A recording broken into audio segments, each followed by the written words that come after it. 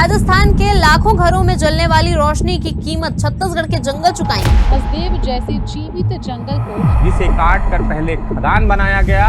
1,70,000 hectare में फैला हसदेव का ये बड़ा जंगल। अवैध कब्जों और अंधाधुंध कटाई के आरोप लगातार सामने आ रहे हैं।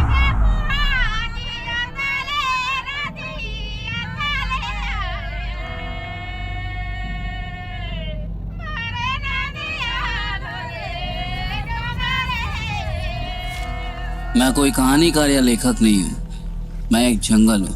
मेरा नाम है हसदेव और आज पहली बार मैं भी कलम उठा रहा हूँ। छत्तीसगढ़ के हसदेव अरण्य में हजारों लोग जंगल बचाने के लिए आंदोलन कर रहे हैं। ये सिर्फ एक जंगल नहीं, बल्कि स्थानीय मान्यताओं के मुताबिक भगवान राम, माता सीता और लक्ष्मण के वावास से जुड़ी भूमि भी मानी जाती है।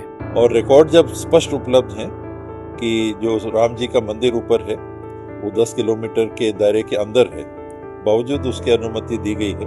रामगढ़ की पहाड़ियां, सीता बेंगरा और जोगी मारा की प्राचीन गुफाएं और हसदेव के आसपास का पूरा क्षेत्र सदियों से इतिहास, आस्था और प्रकृति का संगम रहा है। ऐतिहासिक महत्व की जगह, ऐतिहासिक धरोहर प्रभु राम का स्थान रामगढ़ को बचाने के लिए तमाम लोग यहाँ इकट्ठा हुए हैं। छत्तीसगढ़ के हाल बुरा है भैया, रामगढ़ पहाड़ में को अदानी मने घेर रहा है। हसदेव बची तो छत्तीसगढ़ और मध्य भारत के फेफड़ा हर बची। अभी ये आंदोलन आप देखेंगे कि एक महत्वपूर्ण स्वरूप ले रहा है और वो ले रहा है सरगुजा संभाग के स्तर पर। क्यों? क्योंकि जो रामगढ़ का पहाड़ है ये बहुत ऐतिहासिक पहाड़ है जहाँ लोगों की धार्मिक भावनाएं जुड़ी हुई हैं। आज इसी क्षेत्र में बड़ी जनसभा हो रही है। सेव हसदेव के नारे लग रहे हैं। नेता कह रहे हैं, हसदेव के जंगल लगभग 5,000 हेक्टेयर को इस सरकार ने अपने चहेते उद्योगपति अडानी को बेच दिया है। साथ ही लगभग 7 लाख पेड़ कटेंगे कि 15,000 आखिर जंगल खतरे में है। 15 लाख से ज्यादा पेड़ों पर असर पड़ सकता है और नए किंते एक्सटेंशन माइन का विरोध हो रहा है। लेकिन इसी समय सोशल मीडिया पर एक बिल्कुल अलग कहानी चल रही है। 40 trees planted for every tree removed. 1.6 million trees already planted. 4 million tree target.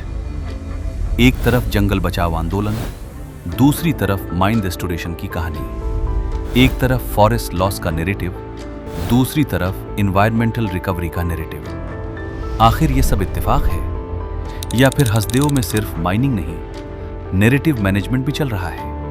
इसी को समझने के लिए ये है राजनीति एक्सप्लेन्ड।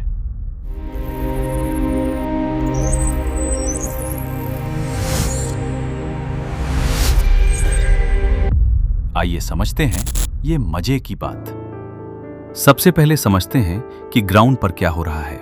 हसदेव अरण्य को लेकर रामगढ़ में एक जनसभा आयोजित की गई। इस सभा की अध्यक्षता पूर्व उप मुख्यमंत्री टी.एस. सिंहदेव और छत्तीसगढ़ पीसीसी प्रेसिडेंट दीपक बैज ने की।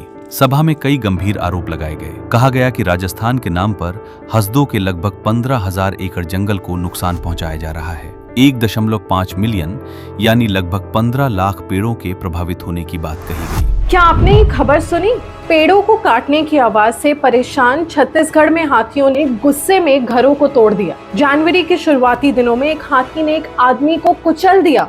एक छोटी लड़की ने पेड़ों के साथ अपने घर को भी उजड़ते हुए देखा। पीईकेबी और परसा माइंस के लिए 6 लाख से अधिक पेड़ काटने का आरोप लगाया गया और ग्राम सभाओं के विरोध को दबाने की बात भी कही गई। यानी ग्राउंड पर नैरेटिव साफ था, जंगल खतरे में है, लोकल कम्युनिटीज चिंतित हैं, माइनिंग एक्सपेंशन का विरोध हो रहा है। समझ रहे हैं आप? ये कहानी ग्राउंड पर चल रही थी, लेकिन इसी दौरान डिजिटल स्पेस में एक दूसरी कहानी लिखी जा रही थी।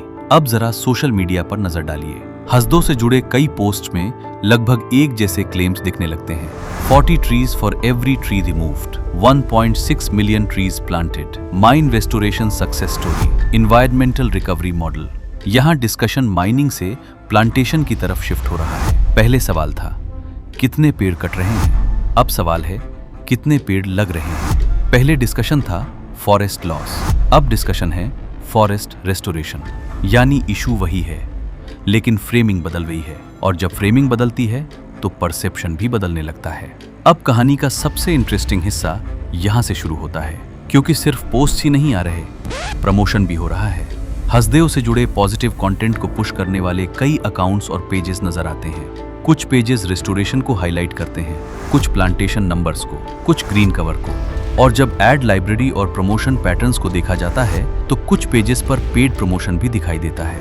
उदाहरण के लिए सोशल मीडिया पर हसदेव का सच नाम का एक पेज नजर आता है, जहां हसदेव को लेकर एक अलग पर्सपेक्टिव पेश किया जा रहा है। यहाँ हसदेव लगाए विकास की गुहार, शिक्षा, स्वास्थ्य और रोजगार और स्थानीय विकास से जुड़े कंटेंट लगातार शेयर किए जा रहे हैं। यानी जहां ग्राउंड पर जंगल और माइनिंग की बहस चल रही है, वही डिजिटल स्पेस में डेवलपमेंट और अपॉर्चुनिटीज की कहानी को भी सामने रखा जा रहा है। जो नया खदान अभी खुलने को है, वो जल्द से जल्द खुले, ताकि हम लोग को जितना भी इधर बेरोजगार वहाँ घूम रहे हैं उनको जल्द से जल्द रोजगार मिले।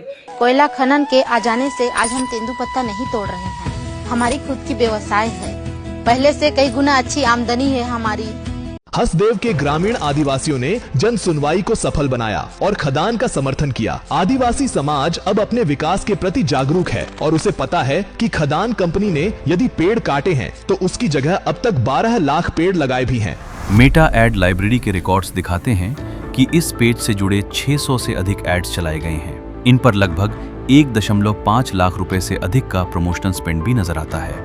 खास बात यह है कि इनमें से कई एडवर्टाइजमेंट्स सीधे हसदों से जुड़े मुद्दों और क्लेम्स को ऑडियंस तक पहुंचाने के लिए प्रमोट किए गए हैं। समझ रहे हैं आप? यहाँ सिर्फ कंटेंट नहीं बनाया जा रहा, बल्कि कंटेंट को लोगों तक पहुंचाया भी जा रहा है। और जब किसी मुद्दे पर ग्राउंड पर विरोध बढ़ रहा हो और डिजिटल स्पेस में एक संगठित पॉजिटिव मैसेजिंग भी दिखाई देने लगे, तो सवाल उठता है, क्या ये सिर्फ जानकारी देने की कोशिश है या फिर पब्लिक परसेप्शन को प्रभावित करने की एक कम्युनिकेशन स्ट्रेटेजी? अब यहाँ एक बात समझना जरूरी है, पेड प्रमोशन अपने आप में कोई असामान्य बात नहीं है। पॉलिटिकल पार्टीज भी करती हैं, कॉर्पोरेट ग्रुप्स भी करते हैं, एडवोकेसी ग्रुप्स भी करते हैं। लेकिन सवाल ये है, ग्राउंड पर प्रोटेस्ट बढ़ रहा हो और डिजिटल स्पेस में पॉजिटिव मैसेजिंग भी बढ़ रही हो, तो क्या ये सिर्फ कोइंसिडेंस है या फिर परसेप्शन मैनेजमेंट का हिस्सा? जब किसी प्रोजेक्ट पर कंट्रोवर्सी बढ़ती है तो कम्युनिकेशन स्ट्रेटेजी भी एक्टिवेट हो जाती है। सबसे पहले क्या होता है, इश्यू को रीफ्रेम किया जाता है। आरोप, जंगल कट रहा है। जवाब, हम लाखों पेड़ लगा रहे हैं। आरोप, एनवायरनमेंट को नुकसान हो रहा है। जवाब, रेस्टोरेशन हो रहा है। आरोप, हसदेव खत्म हो रहा है। जवाब, हसदेव और हरा हो रहा है। समझ रहे हैं आप? यहाँ डायरेक्ट कन्फ्रंटेशन नहीं होता, यहाँ डिस्कशन का डायरेक्शन बदला जाता है। इसी को नैरेटिव शिफ्ट कहा जाता है।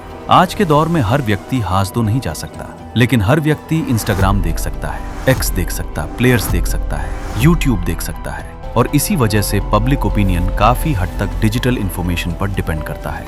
अगर किसी व्यक्ति को सिर्फ प्रोटेस्ट दिखाई दे तो उसकी राय अलग होगी। अगर किसी व्यक्ति को सिर्फ रेस्टोरेशन दिखाई दे तो उसकी राय अलग होगी। और इसीलिए नैरेटिव इतना महत्वपूर्ण होता है, क्योंकि नैरेटिव ही तय करता है कि लोग किसी इशू को किस नजरिए से देखेंगे। हसदो की लड़ाई सिर्फ जंगल और माइनिंग की लड़ाई नहीं है, ये नैरेटिव की भी लड़ाई है।